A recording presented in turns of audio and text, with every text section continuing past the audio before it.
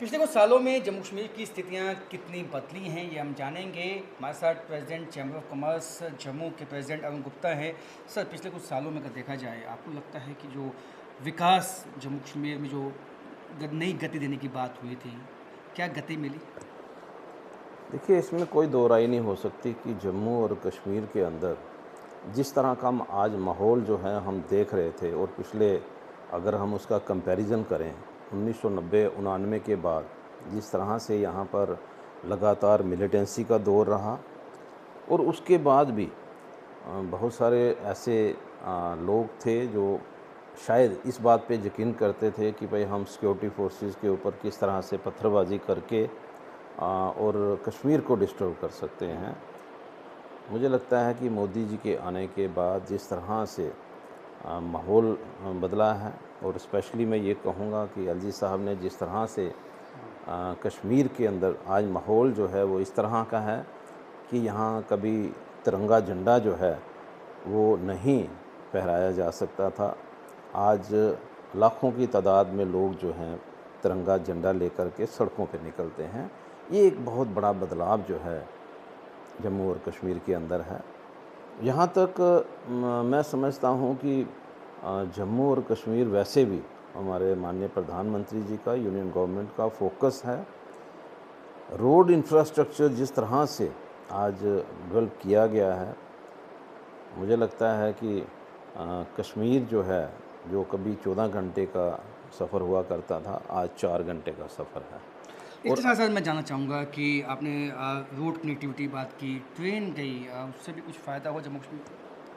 देखिए, चनाब ब्रिज बना या अभी तो जिस तरह से लगातार डेवलपमेंट बढ़ती जा रही है, जो जिला टनल की आपने कल ही देखा कि किस तरह से माननीय गडकरी जी वहीं पर हैं, और लगता है कि जम्मू और कश्मीर का ही नहीं, लेह तक का जो सफ़र है वो बड़ा इजी होने वाला है। उससे कभी बिजनेस बढ़ेगा। कभी एक वक्त हुआ करता था कि अगर किसी ने लेह में जाना है तो कम से कम 3 दिन चाहिए हुआ करते थे।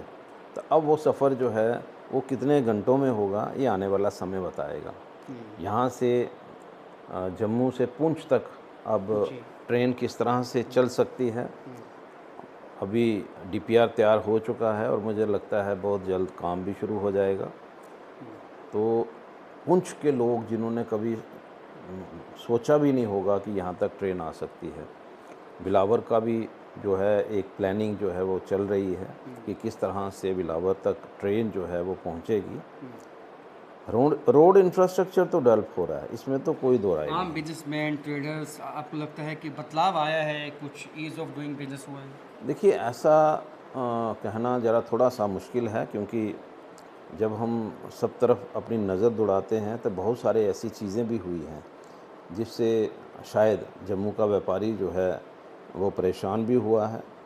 लेकिन फिर भी मैं कहूँगा कि टूरिज़्म सेक्टर को लेकर के जिस तरह से आज कश्मीर में माहौल है, माँ वैष्णो देवी के दरबार में जिस तरह से लगातार टूरिस्ट जो हैं, पिलग्रिमेज टूरिस्ट जो है वो बढ़ता चला जा रहा है।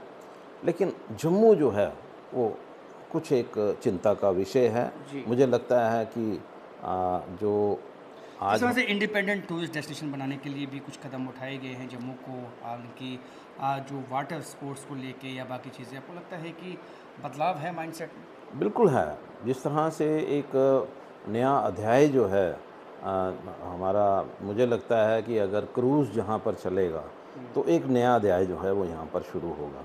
अभी की रिवर तवी फ्रंट जो है, हम चाहते हैं कि फ़र्स्ट फ़ेज़ कंप्लीट होकर और फिर सेकंड फ़ेज़ जो है वो भी शुरू हो जाए।